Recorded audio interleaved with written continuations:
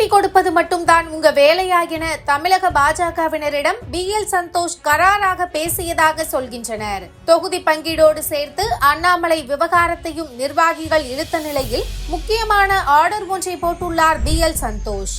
சட்டப்பேரவை தேர்தல் நெருங்கிவிட்ட நிலையில் அரசியல் கட்சிகள் தொகுதி பங்கீடு பேச்சுவார்த்தையில் தீவிரமாக இறங்கியுள்ளன.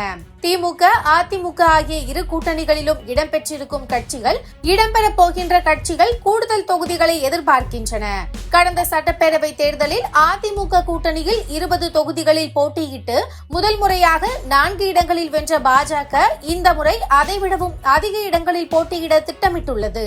இந்த நிலையில் பாஜக தேசிய அமைப்பு பொதுச் செயலாளர் BL சந்தோஷ் நேற்று தமிழ்நாடு வந்து தொகுதி பொறுப்பாளர் கூட்டத்தில் கலந்து கொண்டார். சென்னையில் நடைபெற்ற இக்கூட்டத்தில் மத்திய அமைச்சர் எல் முருகன், மாநில தலைவர் நயினார் நாகேந்திரன், பாஜக பூத்த தலைவர்கள் தமிழிசை சவுந்தரராஜன், பொன் ராதாகிருஷ்ணன் ஆகியோர் கலந்து கொண்டனர்.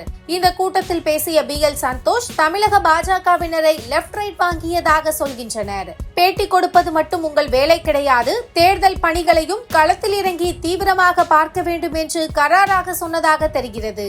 அதேபோல் சீனியர்கள் தங்களை மட்டும் முன்னிலைப்படுத்தாமல் ஈகோவை மூட்டை கட்டி வைத்துவிட்டு அந்தந்த தொகுதி நிர்வாகிகளையும் முன்னிலைப்படுத்த வேண்டும் என்று வலியுறுத்தியுள்ளார்.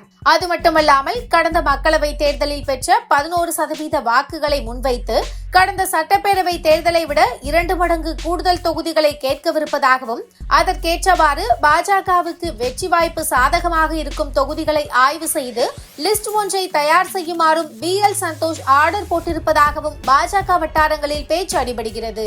அதேபோல் தேர்தல் பணி பொறுப்பில் இருந்து அண்ணாமலை விலகியதை பற்றிய பேச்சும் இந்த கூட்டத்தில் நடந்ததாக தகவல் வெளியாகியுள்ளது.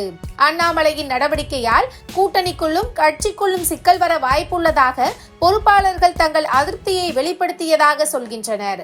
ஆனால் இதையெல்லாம் தலைமை பார்த்துக் கொள்ளும் என BL சந்தோஷ் முடித்துவிட்டதாக கூறப்படுகிறது. இந்த கூட்டத்தில் பேசப்பட்ட வாதங்களை வைத்து பார்க்கையில் சட்டப்பேரவை தேர்தலில் சுமார் 20% தொகுதிகளை கூட்டணியில் கேட்டுப்பெற பாஜக திட்டமிட்டிருப்பதாக அரசியல் வட்டாரங்களில் பேச்சு அடிபடுகிறது.